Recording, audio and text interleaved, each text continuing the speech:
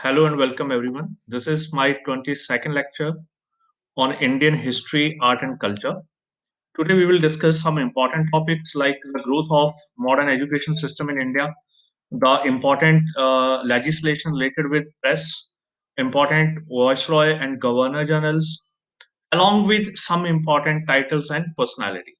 So the first we will start with the growth of modern education system in India.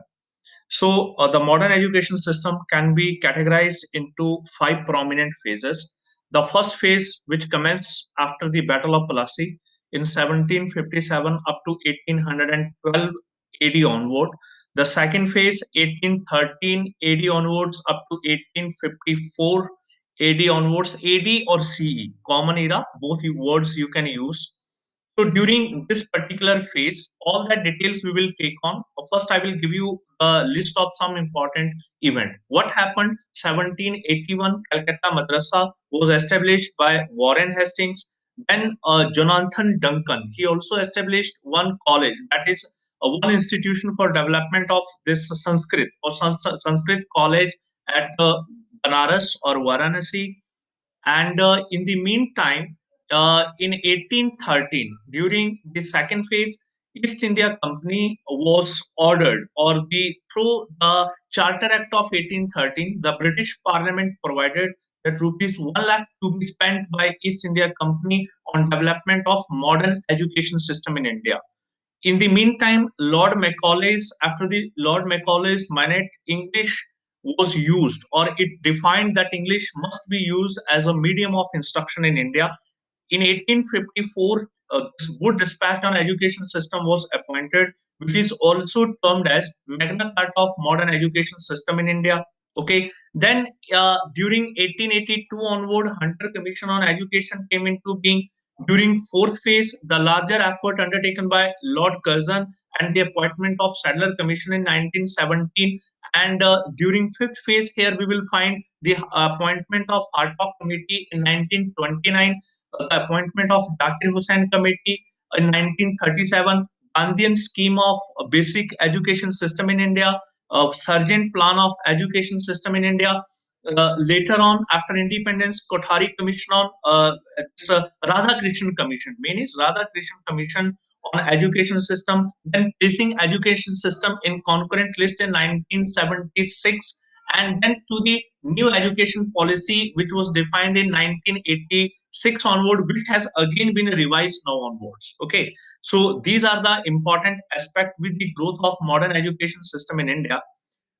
Before that, let me tell you, during ancient period, the important center of learning in India, it was Taxila. Okay, some points. Taxila.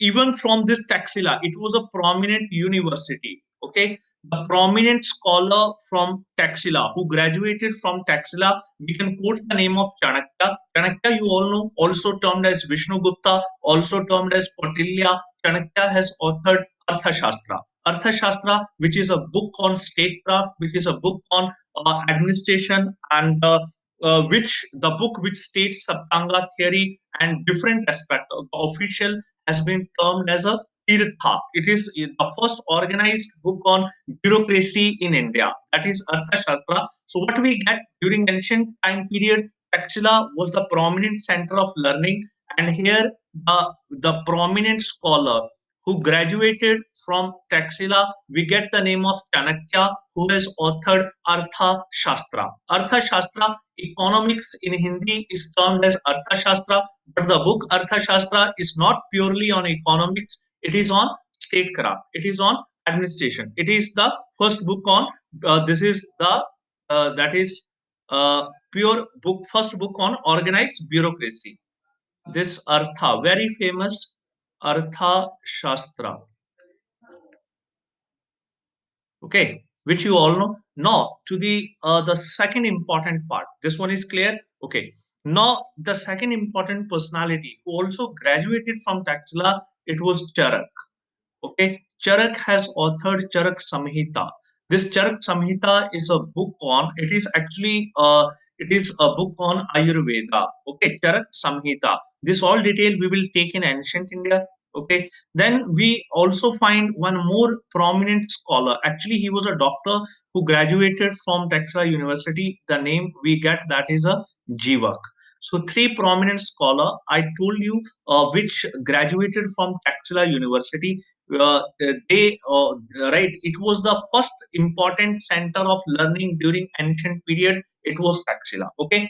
Later on, one more university became the center of Taxila. After this Taxila, one more important university which became the center of learning during ancient India, it was a Nalanda University. Nalanda University actually, it was founded. We will discuss this university. It was founded by Kumara Gupta. Kumara Gupta first. He belonged to this Gupta dynasty. Okay, then we will find one more. There was difference between Nalanda and this Taxila University. We'll discuss this difference in terms of the management, in terms of the structural aspect, in terms of, but both were the important center of Buddhist learning, important center of imparting education on different or the diverse aspect. Okay, in science, okay, to the astrology, all the prominent disciplines. Now, the third important center we get that is a Vikramshila University. Vikramshila University. This Vikramshila University was founded by Pala ruler. Pala we will cover in ancient India and name is a Dharmapala. Dharmapala. He had founded Vikramshila University. One more university during ancient India, it was Vallabhi. Vallabhi is in Gujarat. Okay, Nalanda, we will discuss where is the northwestern frontier part of this. Nalanda is in Bihar. Okay, this Taxila in the northwestern frontier part of India means we were quoting right now. It is not in India. Taxila. Okay, that was undivided India. Vallabhi, it was in Gujarat. It was also one of the important center of learning. This Nalanda and Vikramshila University, na, keep in mind, these were destroyed when Bakhtiyar Khilji, during a medieval period, invaded India. He had destroyed the prominent texts belonging to this Nalanda and Vikramshila University. Okay.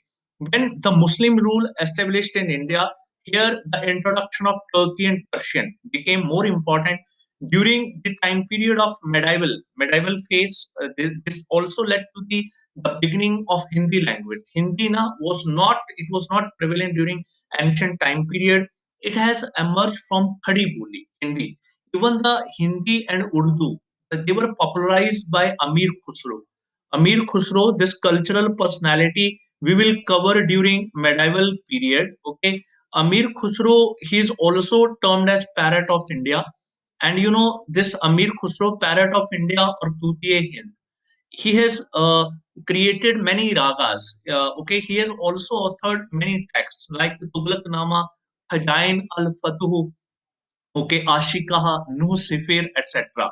Amir Khusro, this tabla. Tabla is a musical instrument. Okay, tabla, it was invented by Amir Khusro. Even tabla and sitar, it goes to Amir Khusro. Okay, so Amir Khusro also popularized the use of what Hindi words, Hindi and Urdu. Actually, Hindi language it has emerged from Khadi Boli.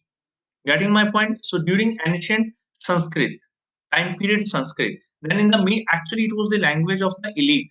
Then Ashoka, he used Prakrit. Okay, Gupta, they used Sanskrit. In the meantime, Buddhist scripture, it is in Pali language.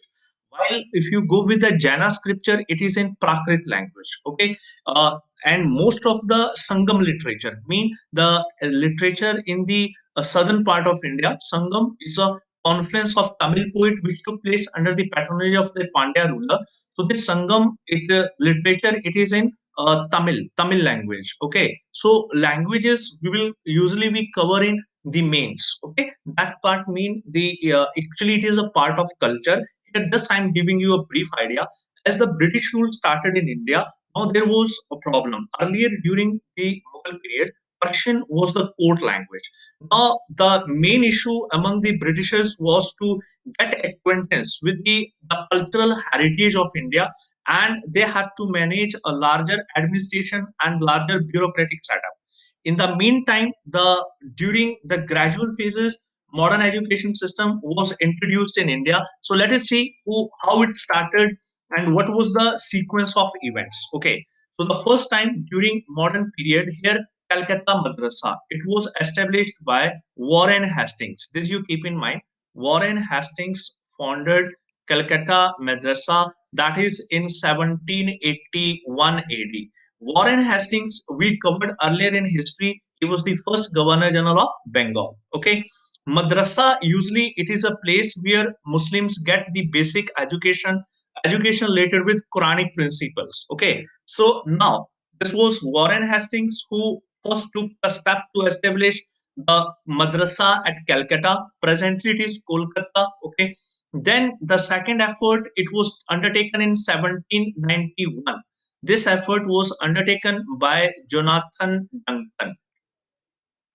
Okay, Jonathan Duncan, and he led the this foundation of Sanskrit College at Banaras. Getting my point? So second is that is the foundation of Sanskrit College that is at Banaras in 1791 by Jonathan Duncan. Now the third point I have kept here that is Fort William College. Actually, this college it was established in 1800 AD or CE. You can use the word Common Era, Anno Domini. Okay. So this college actually it was to train the civil servants in India. This was started by Lord Wellesley. Wellesley, earlier we covered, he started subsidiary alliance system in India. So this Fort William, okay, spelling you make it William, okay, Fort William College. That is this question. It was in that was 2020 in UPSC. If you just analyze one statement, it was that who started this Fort William College at Calcutta to train the civil servant. This for further detail of civil services we will take in the next chapter. Got the idea? So this was as in the meantime they were training the civil servants in India, and on the other hand they were also promoting the development of education in India. So during this second phase, this was the Charter Act of 1813. Here, the British Parliament provided that the rupees 1 lakh to be rupees 1 lakh to be spent on the development of education in India by East India Company. Okay, East India Company. Who provided it? It was provided by British Parliament. It stated that the East India Company annually has to spend rupees 1 lakh for the development of education in India. What would be the mode of education? Which type of education to be promoted in India? This was still vague. It was not, the ambiguity was still prevailing. Then it was clarified during later phase with the Macaulay's Mandate on Education Policy, which was declared in 1835. So, before discussing it, let us discuss this Orientalist versus Angelist controversy. So, what was this Orientalist versus Angelicist controversy? Actually, this Orientalist and Angelicist controversy it is related with medium of instruction in India, and finally, English as a medium of instruction was introduced due to effort of Lord Macaulay, and the English became medium of instruction. Okay, Lord Macaulay stated that the limited government resources must be devoted to the teaching of Western science and learning with the medium of English language. Okay, so getting my point. So before that, let us discuss this Orientalist versus Angelicist controversy. So what is this? See in this slide, Orientalist. Orientalists na actually they were emphasizing on traditional Indian learning along with Western science and literature, but they were emphasizing on Indian language. Okay, so among the Orientalists, we can quote the name of James Prinsep. We can quote the name of Henry Thomas. Okay, so these were the prominent advocator of traditional Indian learning. Even before, if you relate the interrelated event in 1784, already Asiatic Society of Bengal. Okay, already Asiatic Society of Bengal had been Society of Bengal had been established. Okay, so what was the this objective of this Asiatic Society of Bengal? Asiatic Society of Bengal was promoting research on India's past, and this was established by Sir William Jones. Okay, so now even the prominent 1837 James Prinsep deciphered the script of Ashokan's inscription, and in the meantime there was a larger debate regarding the medium of instruction in India.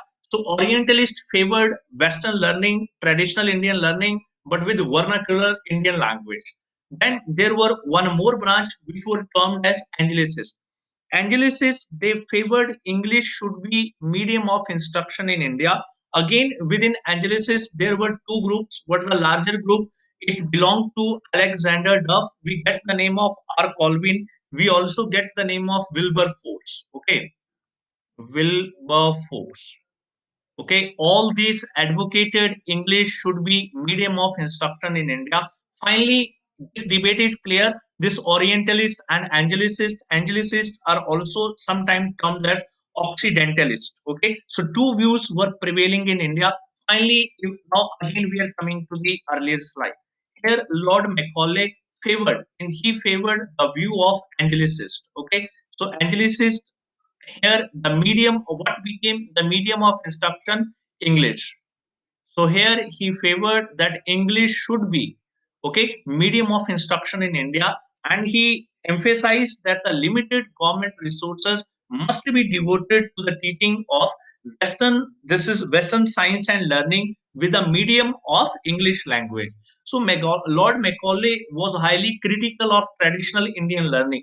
He stated that the one shelf of European library is far better than whole of Indian literature. So much, we can say antagonism toward traditional Indian learning.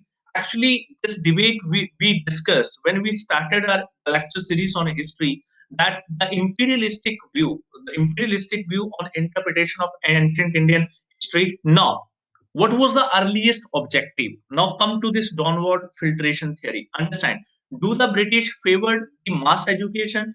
Do they favor that the education like the English should be medium of instruction? But what should be the criteria of educating? All Indians should be educated at once? No. They preferred downward filtration theory. This downward filtration theory stated that the British would educate only a small section of Indian society, and this small section it would include upper middle class. Okay, it would include upper middle class. Okay, or you can say the zamindari class. When they would be educated, so they wanted to create Indian in actually they wanted to create Indian in blood and color, but English in taste. Okay, so actually here they were educating the upper middle class. Then they stated once the one strata would be educated now, if here there is the larger strata, you will here educate the one segment, and then the responsibility one by one, the larger segment would be educated. So earlier there was no emphasis on mass education, there was emphasis on the educating only the limited strata, and the fulfilling the administrative requirement of the British Empire. What was the administrative requirement? They need the cheaper clerk, they need the cheaper babus. Okay, so even the objective of promoting English education in India, it was also to promote the providential mission of the Britishers in India. Okay, but the step backfired. Later on, with the advent of modern education in India, as a result to this, Indian nationalism became more, it became more aggressive. So indirectly, the introduction of modern education system in India, it promoted the emergence of nationalism in India. So I think this step is clear. That is downward filtration theory. Macaulay's plan on education policy is clear. Lord Macaulay, earlier we covered, he became the first law member now. When this the introduction in the Viceroy, this Governor General's Executive Council. Okay, so these points are clear. Now we will move to the next step. Okay, Angelicist, Orientalist, this controversy and the decision of Lord Macaulay favoring Angelicist, and then the further event. Now coming to the third phase, here we find the appointment of Wood Commission. Actually, it was appointed under Charles Wood. Okay, Charles Wood earlier he was also the president of Board of Control. The Board of Control, Court of Director, This was the structural aspect related with the fundamental structure of East India Company. Okay, so at this during this time period here, Lord Dalhousie. Okay, Lord Dalhousie was the Governor General of India. Basic idea you should have that who was the Governor General of India at the time of this enactment of Wood Dispatch on education. So the main provision here stated that the government should take the responsibility of the education. Secondly, it focused on hierarchical system of education. Hierarchical means that at the primary level on the on vernacular language should be used, then to the higher school Anglo vernacular, and then to the upper part affiliated universities. Here at the district level, uh, the presidency term should be created, and English should be medium of instruction for higher education. So what is here the bottom line?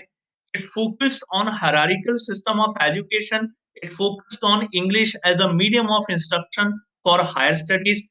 Simultaneously, it also emphasized on female education in India.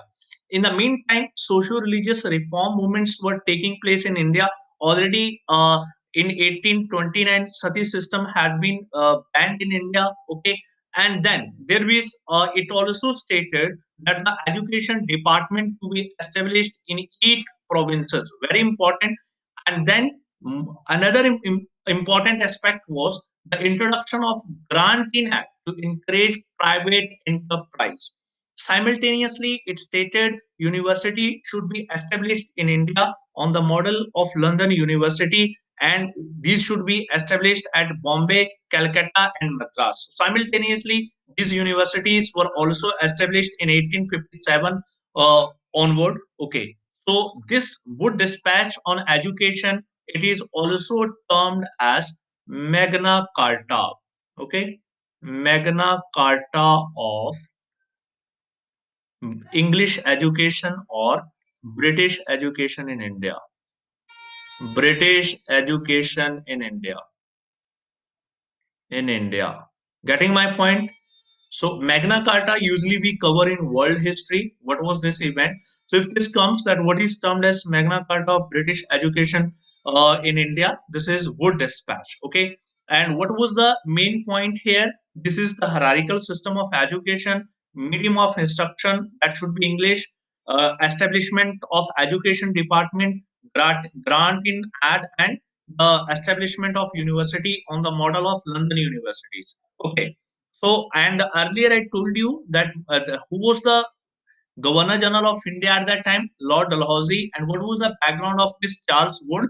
He was the President of Board of Control. Okay. So now to the next part. Earlier he was okay. This Board of Control, Court of Director, that detailed structural aspect of East India Company already I have covered.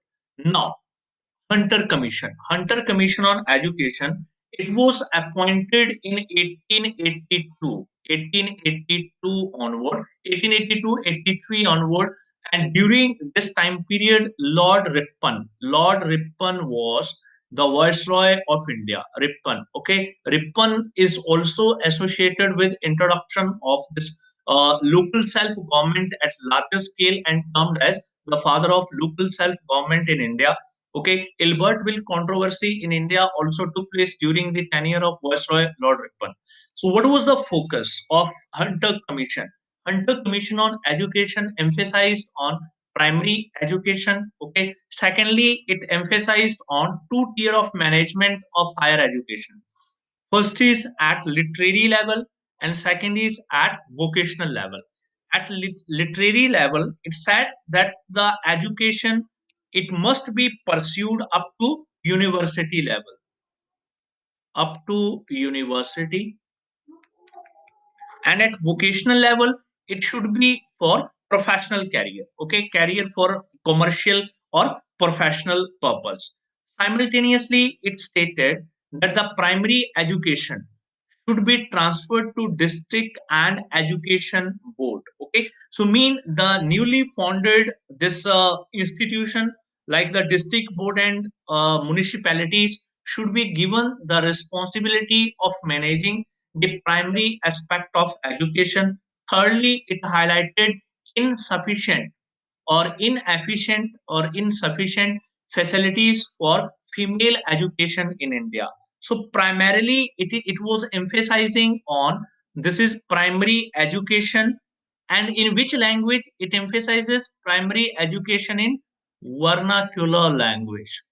Vernacular language. They may ask the question, which of the following was the the main objective of Hunter Commission? Then you have to go with primary education. Other are clear. Okay. And if you go with this, the Wood Dispatch, Magna Carta, English as a medium of instruction for higher studies, the establishment of education department, okay, universities on the model of London universities, etc. Now, to the third part, that is the, this part is clear. Now, moving to the fourth phase. Now, keep in mind, on the after the recommendation of Hunter Commission, in the meantime, different universities were set up in India, like Punjab University came into being. Okay, Punjab University. It was established in 1882. Okay, Allahabad University, presently it is Prayagraj. Na? Allahabad University, it came into being in 1887. Okay, so now to the next part, the fourth phase of education, that is between the period 1901 to 1920 CE, Common Era. So here, a main time period during the tenure of Viceroy Lord Curzon. So here the Raleigh Commission was appointed. After this Raleigh Commission in 1902, after the recommendation of this Raleigh Commission, Indian University Act of 1904 came into being. Indian University Act 1904 emphasized that the universities should be given more emphasis in terms of study and research. What was the main point here? Study and research. Okay. Secondly, it emphasized that the government must have the power to veto university. It must have the power for higher regulation, amendment, etc. Okay. Then one more important point, it provided that rupees 5 lakh. Okay, rupees 5 lakhs should be spent for development every year for the development of higher education in India. Okay, then it defined that the strict condition must be imposed for affiliation of private college. So, main is what to be kept in mind. In 1813, the British Parliament defined rupees 1 lakh, which you have already written. Okay, University Act 1904, it defined rupees 5 lakh annually for the development of education. The emphasis in university should be more on study and research than tough criteria or the strict restriction in terms of affiliation to private college, and government must have more power in terms of veto, in terms of stricter regulation. Then in 1917, okay, Sadler Commission on Education was appointed. This is okay, 1917. Actually, the Sadler Commission was appointed to report on the problems prevailing in terms of Calcutta University, but the recommendation were they were more inclusive in character. It defined that the 12-year course, okay, for the schooling. Then it also advocated flexibility in terms of framing university regulation, because stricter regulation were defined by Indian University Act 1904. Okay, then it emphasized on female education. It emphasized on scientific aspect of education, and it highlighted a university must function as a centralized institution. Okay, it the teachers is body must be autonomous in character, and mean more centralized aspect of university, but flexibility on part of government in framing regulation, along with emphasis on scientific temperament, female education, research. Okay, so at least name we must have the idea. Okay, and this Chelmsford. Okay, if we go with, we will also cover, okay, this Viceroy's tenure, that Montagu Chelmsford reform you have covered na, in 1919. So when we will cover the time period of Viceroy, you will get this detail. Okay. Now, during the fifth phase, this is the appointment of Hartog Committee. It was appointed in 1929. This Hartog Committee also emphasized on the promotion of primary education in India, and it highlighted there must be focus on deserving candidates. Okay. And it further stated higher and intermediate state should only be for deserving candidates. Okay. So mean the restrictive process of admission along with improving the standard of education. Okay. So mean improving standard. Here is improving standard of education. Standard of education. Along with it is emphasizing on primary education, it is emphasizing on higher and intermediate level. The focus should be on deserving candidates. Now, in 1937, Vardha scheme of basic education came into being. There was also some interrelated event. Okay, during 1937, provincial elections took place in India. Already, if we covered that there were two important sessions. 19 this the JL Nehru's again we covered already in Congress session. We have covered the Fajpur session, then the series of session after that.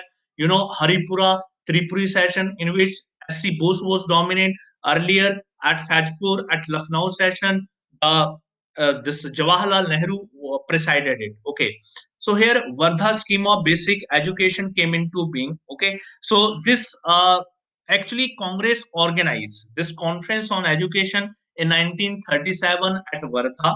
Then Zakir Hussain Committee was formulated. It emphasized on Gandhian aspect of education system in India. Now, Gandhian aspect of education system in India, Gandhian aspect. So, what was the main provision here? Gandhiji emphasized on what? Satyagraha, emphasized on Swadeshi, emphasized on the this there were another connotation like Savaraj, even he emphasized, but more focus on ahimsa, okay, on hunger strike, okay. But in terms of education, here is Ram Rajya concept, means and ends philosophy. But here, in terms of education, he emphasized that Hindi should be medium of instruction or it should be taught Hindi language, okay, that is from class second to class seventh onward, and the English should start only from eighth class onward. Then it emphasized inclusion of handicraft.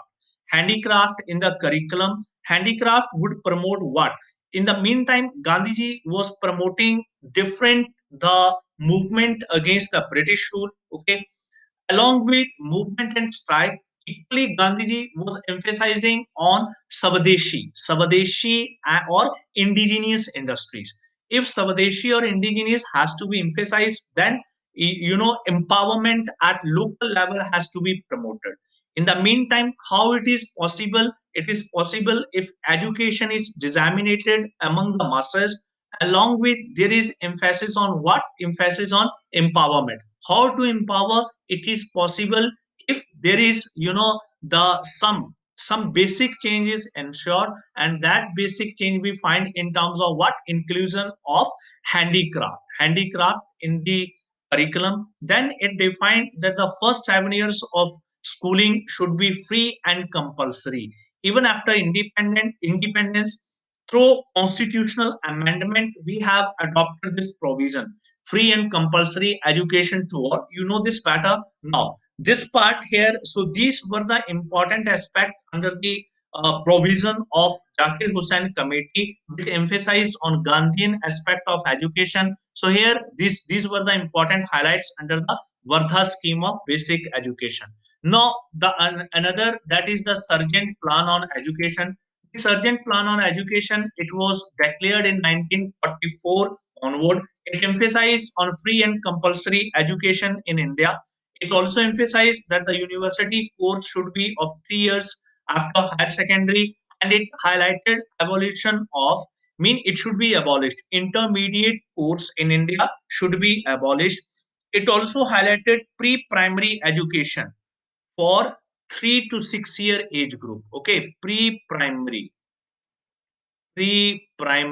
education for 3 to 6 year age group, right? And then it highlighted that the teachers training should be emphasized. Okay, there should be emphasis on physical education, and education should be more inclusive. It should Education should also be imparted to physically and mentally handicapped children. So this was the surgeon plan of education which came into being in 1944, prior to independence in India. After independence, Radha Krishan, Radha Krishan, Krishnan Commission, Commission on Education was appointed in 1948. Then NCERT was also constituted. Okay. Then in the meantime, UGC, University Grant Commission, also came into being in 1976. Here, the education was placed in concurrent list, and then later on, new policy on education 1986, which recently last year, which again has been revised. So this was the important aspect related with the development of education system in India. So to conclude here, the bottom line is, you have to focus on Macaulay's plan on education introduction. These are the key points or the main point. Okay, then which is termed as Magna Carta of English education in India. Hunter Commission was constituted in which year? Okay, and during the time period of which Viceroy in India. In the meantime, some interrelated events. The focus of Gandhian system of education, in which year Varda scheme of basic education came into being. Okay, and then the some aspect with the foundation of Calcutta Madrasa, then the foundation of this the Sanskrit college at Banaras by Jonathan Duncan.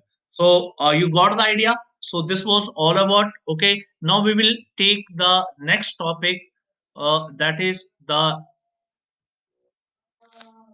civil service. Okay, so I will move to the next slide here. So stay with me. Okay, so here we will move to the next part.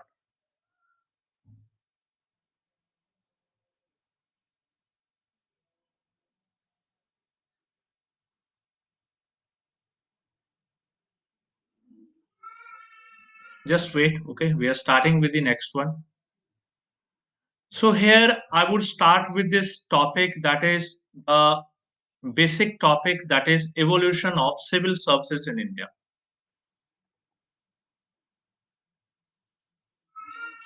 Civil service, to clear this examination, which is your dream, isn't it? You are preparing hard, and you must have idea about this, the evolution of civil services in India.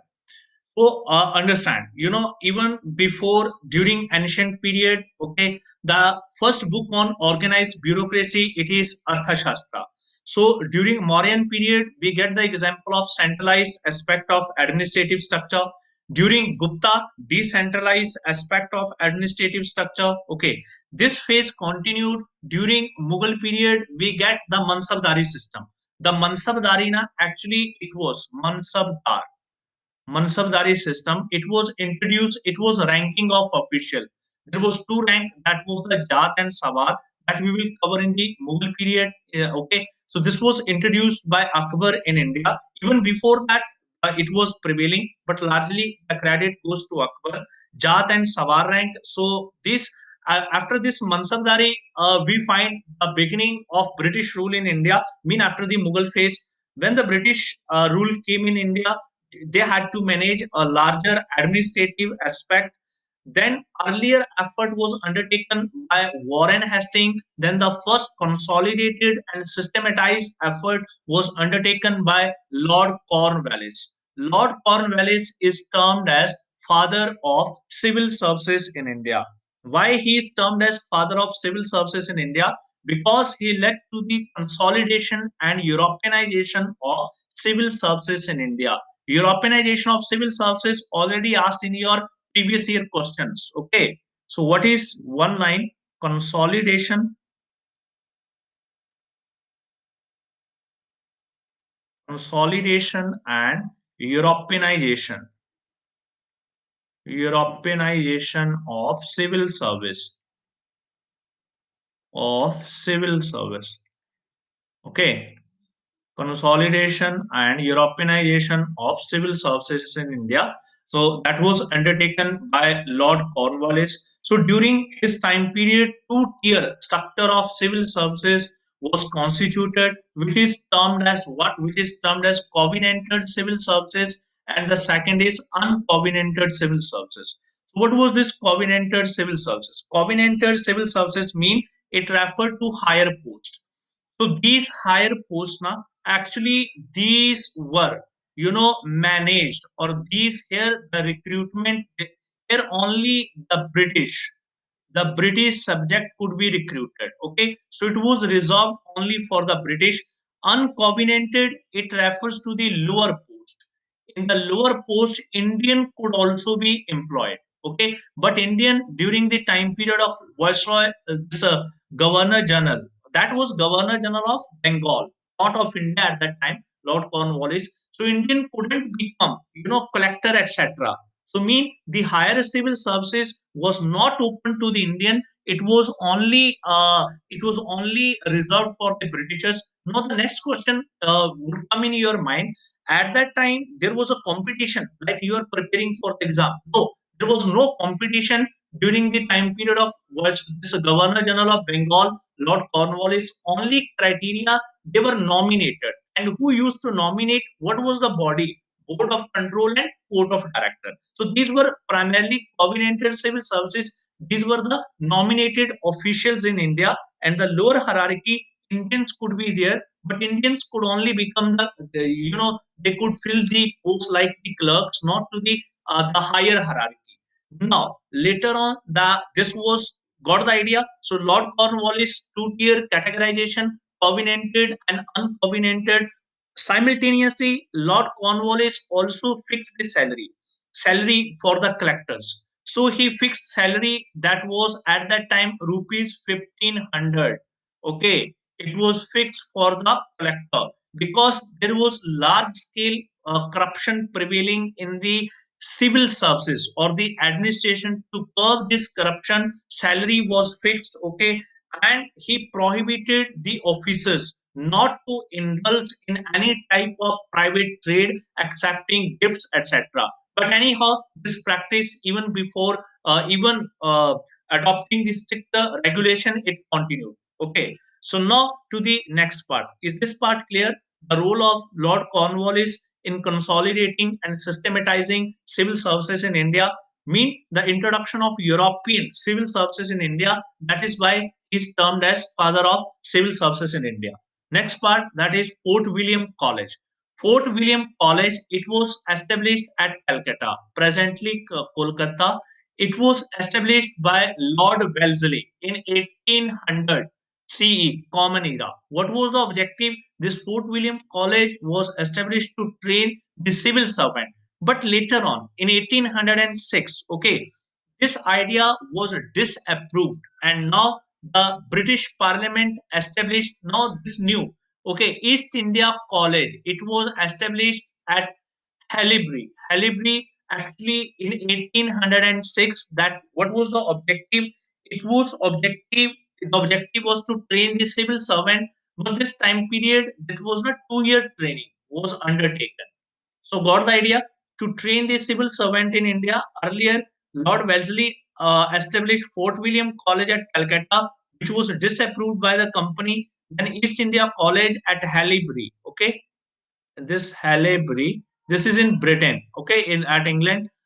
This was established in 1806, and then to the successive events. In the successive event, we find the some provision in the Charter Act of 1833. The Charter Act of 1833 defined no Indian subject would be barred from holding any office under the Company or East India Company, but this provision largely remained under the paperwork. Okay, so if the question would be this like that, through which Charter Act it defined there should be open competitive examination for recruitment of civil servant, then you have to go with Charter Act of 1853. But if there would be some question, was there something regarding the civil services in India through the Charter Act of 1833? Yes, there was. It merely stated that no Indian subject would be barred. Okay, so but here there was nothing regarding the open competition. The criteria for open competitive examination, it was for civil servant. It was defined in the Charter Act of 1853. So earlier I told you that the covenanted civil services, there was what? There was nomination. Na? Who used to nominate? Court of director, board of control, usually court of director. Now nomination was replaced by competition. Getting my point? So the first time the idea of competitive examination for recruitment to civil services in India, it was provided in the Charter Act of 1853. Earlier, there was just this quotation, we can say just a reference that was in the Charter Act of 1833. But now, moving to the next part, in 1854, Civil Service Commission, okay, 1854, Civil Service Commission was appointed. Service Commission was appointed. Getting my point? Appointment of Civil Service Commission.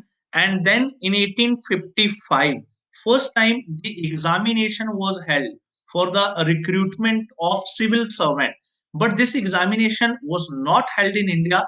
This exam was held at London. So this is how Indian civil services has evolved. Getting my point? In 1855, examination was held at London. Okay, clear? Now there was certain change. Okay, then the change, it was initiated after the revolt of 1857. Then in 1861, Indian Civil Service Act was adopted.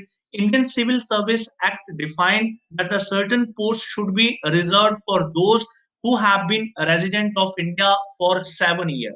And it was defining to what? Actually, it was defining to the higher hierarchy, mean to the covenanted civil services in India. Okay, so now it provided a chance to the Indians to be part of civil services already, because the criteria was what? Criteria was open competitive examination through the Charter Act of 1853. So here in 1863, first Indian, that is Satyendra Nath Tagore, he became the first Indian ICS. Okay, so the first Indian ICS to qualify. So first Indian to qualify Indian civil services in 1863, 64, it was Satyendra Nath Tagore. Then in the meantime, up to 1863, up to 1871, approximate four Indians had qualified this examination. The other Indian, it included Surendranath Banerjee. Okay, Surendranath Banerjee was removed from civil services on technical ground. Okay, then R.C. Dutt. R.C. Datta, he has authored Economic History of India. He also cleared. Then one more Indian, it was Bihari Lal Gupta. Getting my point? So these some prominent Indian who had cleared the examination ICS, and even okay, when you quote Arvindo Ghosh later on, Sir Arvindo also cleared this examination. Even SC boards, Netaji has also qualified this ICS but left. Arvindo Ghosh also qualified but left. Okay, this Satyendranath Tagore, he was brother of Ravindranath Tagore. He was the first Indian ICS. Getting my point? You got the idea? This Indian Civil Services Act 1861, a chance to the Indian. Earlier 1853, idea of open competitive examination. Then again in 1854, Civil Services Commission, and then open competitive examination held at London in 1855, and then 1863, 64 onward, Indians are entering into civil services. Okay, now again, but the age restriction continued. Age restriction. Okay, now we will take to the issue of age. So when we define to the age issue earlier, na, so the maximum age here, that is in 1859, it was 23 years to be enrolled into civil services. Then in 1860, the British government further reduced it and made it into 22 years. Okay. In 1863, first Indian Satyendranath Tagore, he cleared examination. In 1866, they further reduced it and make it 21 year. Okay. In 1878, 79, it was further reduced. It was made 19 years. Okay. Upper age limit for entering into civil services was 19 years. Despite this criteria, Arvindo Ghosh and it was the SC Bose had cleared, and moreover, there was provision actually that we will the syllabus. When you say the curriculum at Greek and learning, the larger part was on European aspect. Okay, despite that, Indian cleared the examination. Now this age criteria is done. Now moving to this part, statutory civil services. This was in 1879. So, what was this statutory civil services? Actually, it came during the tenure of Viceroy Lord Lytton. Okay, so it defined that the 1/6 of total vacancies, okay, to be nominated should be nominated for higher services, and the nomination should take place from Indian families. Okay, Indian, those who had the allegiance toward the British government. Okay, 1/6 to be nominated. But later on, this criteria nomination. But nomination from earlier, the nomination criteria when before 1853. Again, 1879, Lord Lytton reintroducing this criteria, but this was dropped. This provision was dropped when the Atchison Committee on Civil Services was appointed in 1886. Okay, this Atchison Committee, there were 1886. This the tenure. It belonged to Viceroy Lord Dufferin. Okay, tenure of Viceroy Lord Dufferin. So during his tenure, the term covenanted and uncovenanted dropped. He stated that the term covenanted. Now you remember covenanted. What was covenanted? You have already written uncovenanted. Covenanted mean the higher post in India, which were earlier reserved for British and made open in 1853. Okay, so earlier again 1/6 nomination criteria 1879. This term was dropped. Okay, and it also defined that the statutory civil services in India should also be abolished. So this was also abolished. The nomenclature covenanted, uncovenanted, it was also abolished. Okay, it defined examination to be held in Britain. Okay, and it also defined the strengthening of provincial services in India. What should be the criteria? Civil services exam should be held in Britain. Okay, then provincial services, it should be provincial. Then to the another criteria, subordinate civil service. So three, civil services, provincial and subordinate. So this criteria, it was defined mainly. One point you keep in mind, it dropped the covenanted uncovenanted nomenclature.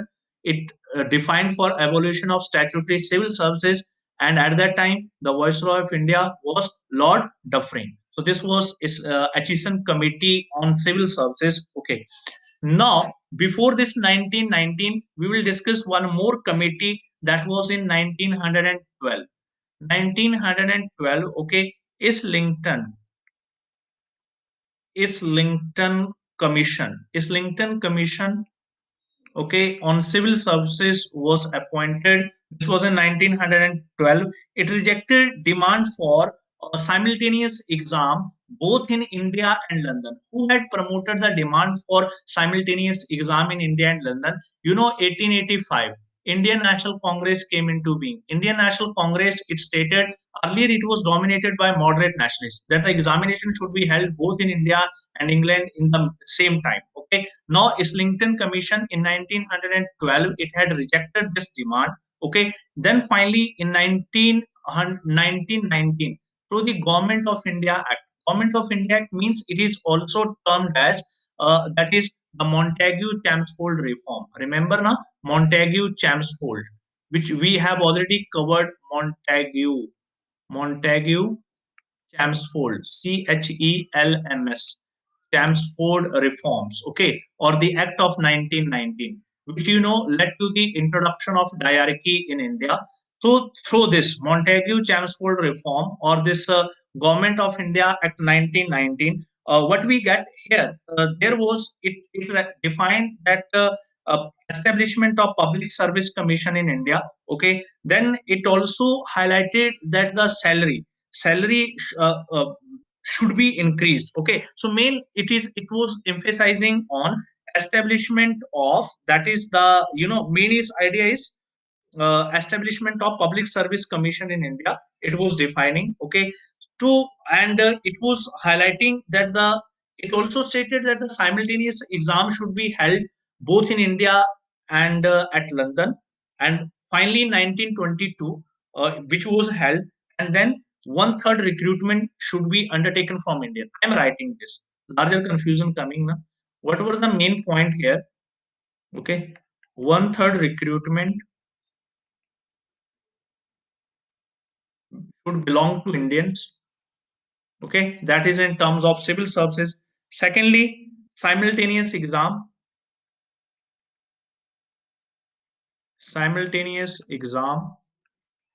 India and London, London and at India. This was also the demand of the Indian National Congress. Thirdly, the categorization of civil services into two parts, that is All India services and Central services. All India service, All India service and Central service. Okay, then it defined one more thing, that is appointment of Public Service Commission.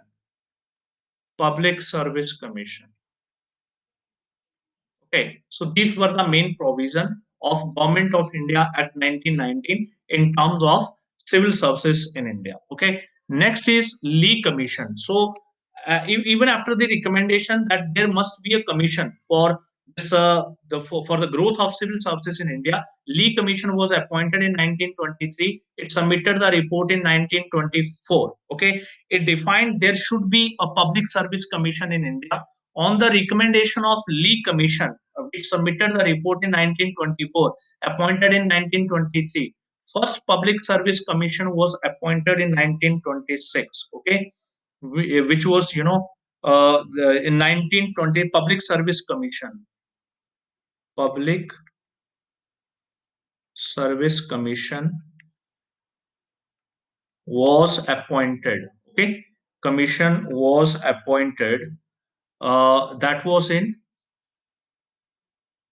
1926. Getting my point? So somehow, don't worry, this current coming, going, okay. So you will find some, my face is not to your slides, okay. So this one, okay, Public Service Commission in India, 1926, clear?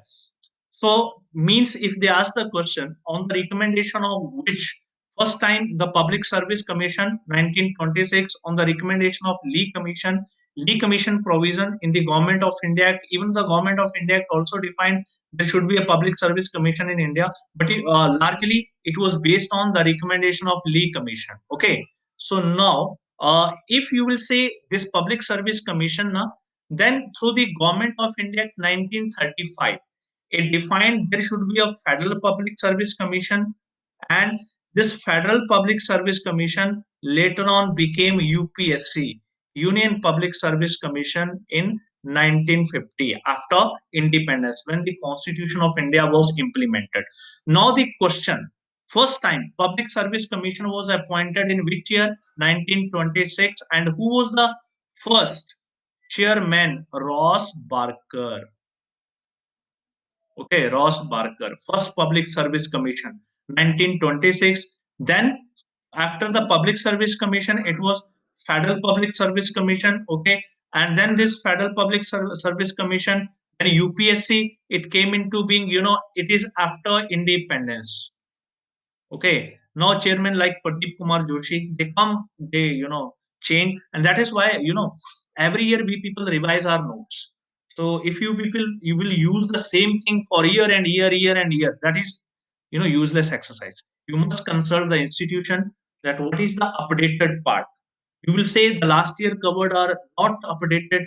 It is updated. This is for whatever we are covering. It is for the year, okay, 2021, your pre-exam. Next year, if you have to go according to the need of the examination, okay, everyone updates their notes. Okay, so if you will see my last year notes and this year, you will find a stark difference. So everyone updates, okay, and one must update, okay, should not stick to the smaller version, okay, otherwise this is not like the fixed classes na. Commission also changed the criteria to ask the question. You have to be more extensive. You cannot limit your understanding of something that this is done and okay, this one is over, no. Okay, so getting my point. So I would recommend, if you are using my video for the examination 2022, then it is useless. Before it is done, 90% done. For the next to next year 2021, everything is done, okay, 110%, 200%. For the next year, before appearing, one time consult the institution that what is the updated part. Is there any updated part? Is there any updated question? Is there any updated class notes? Then this way, not to stick to the 5 year back notes, etc. There is always a change, right? So got it. So this one, the all the historical aspect of civil services in India, and I think you got it, okay. The evolution of civil services in India, the prominent committees, okay. Then in the meantime, the prominent personalities who qualified civil services in India, okay. First Public Service Commission 1926, first chairman Ross Barker, then Federal Public Service Commission after the recommendation of Government of India Act 1935. After implementation of Constitution, it became Union Public Service Commission. This okay, and then okay. In the meantime, these were the important part. Getting my point? Okay. Now to the next part. Okay, this is done. Okay. Now I would take, so this part is done. You got the idea about civil services. Father of civil service, Lord Cornwallis, covenanted, uncovenanted, higher and lower, Lord Cornwallis, Fort William College, Lord Wellesley, East India College, Halle. Okay, Halle, it was train the civil servant. It has disapproved Fort William College by Lord Wellesley. Then the Charter Act idea that Indian subject should be given, the higher post, but not clear. Open competition 1853, Civil Service Commission 1854. Okay, then there is Indian Civil Services Act. Okay, mean the some post to be reserved for those who have been resident of India for 7 years. First Indian to crack this exam, Satyendranath Tagore, 1863, posting 1864. Then to the next part, if we take on to the other Indians, Bihari Lal Gupta. Okay, we covered na names, this Surendranath Banerjee, even R.C. Datta, who is authored Economic History of India.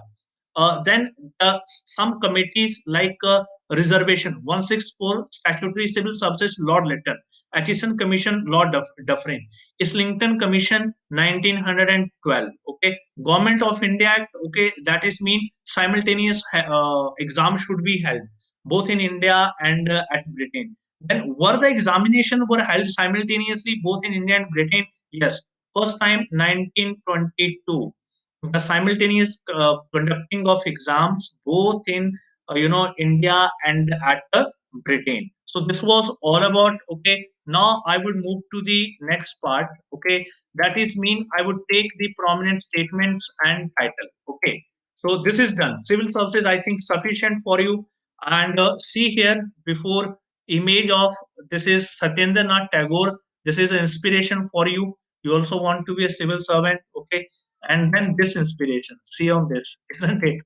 This is what inspires every candidate to be a part of the larger bureaucratic setup in India, the larger perk, the larger facilities, prestige, power. But I would incorporate one thing: you should follow ethics. Okay, power corrupts. Absolute power corrupts absolutely. Incorporate ethics, promote efficiency, promote the values.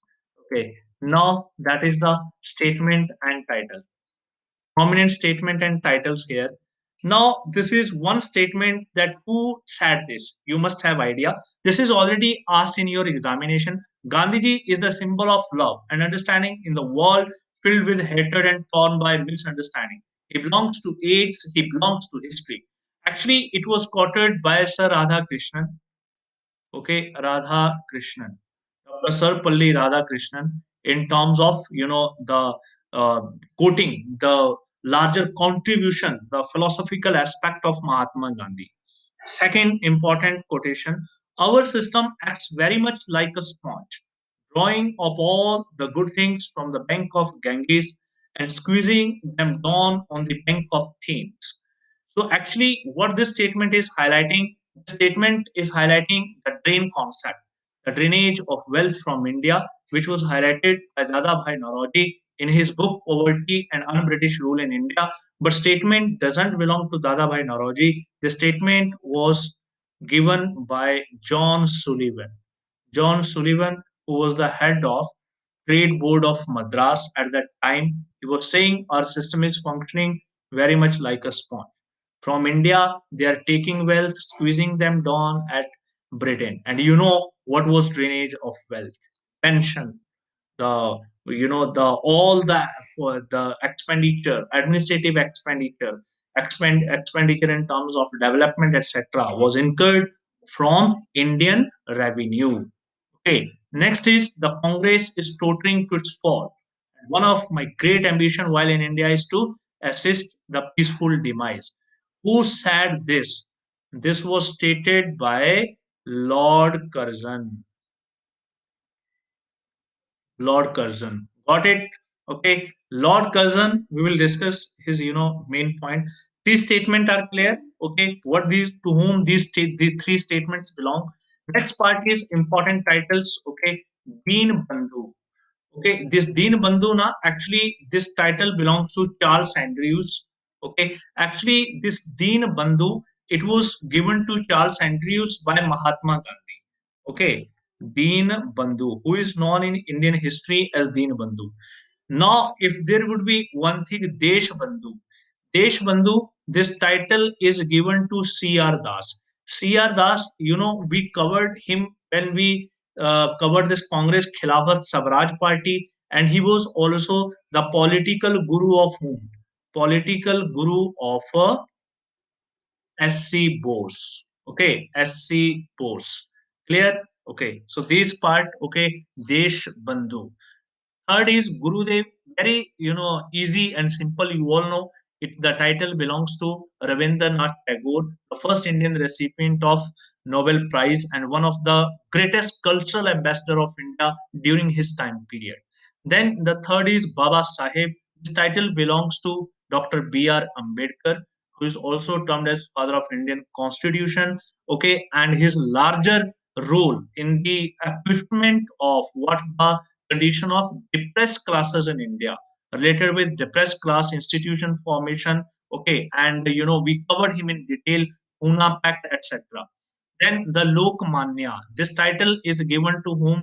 Bal Gangadhar Tilak, BG Tilak. Okay, Lokmanya. So we cover now the two festival. Okay, Ganpati and Shivaji festival. They were also started by whom? Balganga Tilak. Next is Lok Nayak. It belongs to whom? Jayaprakash Narayan, who is also related with Total Revolution or Sampurn Kranti. Next is Mahamana. Mahamana, this title belongs to Madan Mohan Malviya. He is also associated with foundation of Banaras Hindu University. Okay.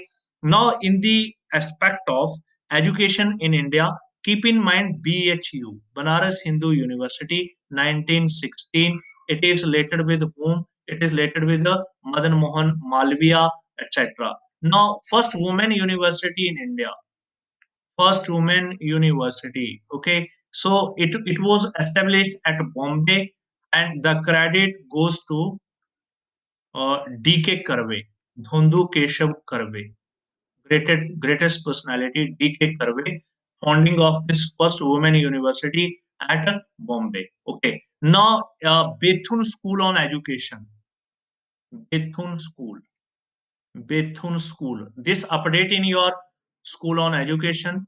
Okay, already I think I have covered it in the social religious reform. So it belonged to JAD Bethune. JED Bethune, okay, Bethune School on Education, JED Bethune, in 1849. It was the exclusive school for whom? Exclusive school for women education in India, education of the females. Okay. Then Jyotiba Phule and his wife Savitri Bhai Phule also started a school for promotion of female education in India. Okay. So now to the next one is Netaji title SC Bose. He received this title at Germany. Okay, a Free India Legion. It was established by him. So the prisoners now of Indian, this they had those who were this the Indian soldiers. Okay, they gave him the title Netaji to Bose. Okay, then the title Shahid Ajam. It is given to Bhagat Singh. Okay, and then this Mahatma. Very simple. This is Bapu. Okay, Rashtrapita. This is Mahatma Gandhi, and Rashtrapita is it was the father of nation. The title to him it was given by SC Bose. Okay, so these were the important, and if the Punjab Kesari, Shere Punjab, etc. This title you have to go with Lala Lajpat Roy. Lala Lajpat Roy. Clear? So these were the important titles, okay, in the modern Indian history. Now we will take some another aspect, that is the important newspapers in India. Important newspaper, that is the before independence, that is 1780. First newspaper, Bengal Gazette. It was started by James Augustus Hickey. Okay, this you keep in mind, important.